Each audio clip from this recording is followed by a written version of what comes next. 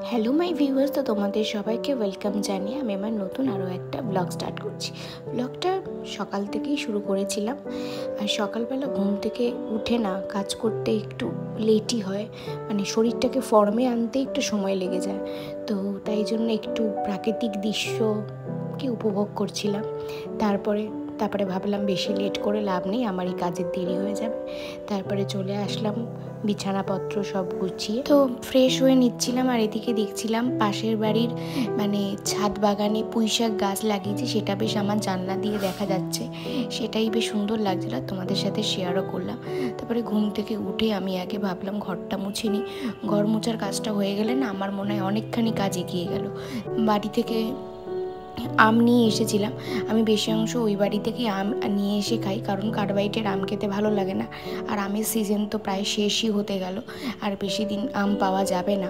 সিজনের ফল সিজনে খেলেই দেখবে বেশি ভালো লাগে। তারপরে চা বানিয়ে নিলাম, দুজনে চা খেলাম, আর তার সাথে একটু ছিল হচ্ছে সোনপাপড়ি, তো সোনপাপড়িটাও খেলাম।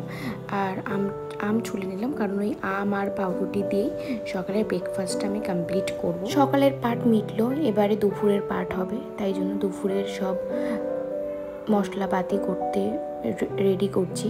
আর এদিকে না আমার মনে হয় ঘরের কাজের থেকে মানে বাইরের কাজের থেকে ঘরের কাজ কখনো শেষই হয় না, মানে একটার পরে একটা কাজ দেখবে ঘরে থেকেই থাকে, মানে যে দিকটা তাকাবো সেই দিকটাই দেখবো এই কাজটা রয়েছে, ঘরের কাজ কখনো শেষই হয় না, এটা আমার মনে হয়।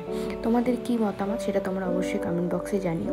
আর সেদিনকে আমার একটা পার্সেল চলে এসেছিলো, আমি কয়েকটা ফ্লাওয়ার অর্ডার করেছি, জাস্ট ওই ভিডিওর ব্যাকগ্রাউন্ডে রাখবো বলে। মাঝে মাঝে ওই খাবারের ভিডিও শ্যুট করি, তো এরকম আর্টিফিশিয়াল কয়েকটা ফ্লাওয়ার নিয়েছি, 6-7টা মতো আছে মনে হচ্ছে এখানে। তো আমার বেশ কোয়ালিটিগুলো ভালোই লেগেছে, মিশো থেকে নিয়েছি, বেশ কম দামেই পেয়েছি। এই মুহূর্তে দামটা আমার মনে নেই, তোমাদের যদি দামটা লাগে আমাকে কমেন্ট করো, আমি বলে দেবো।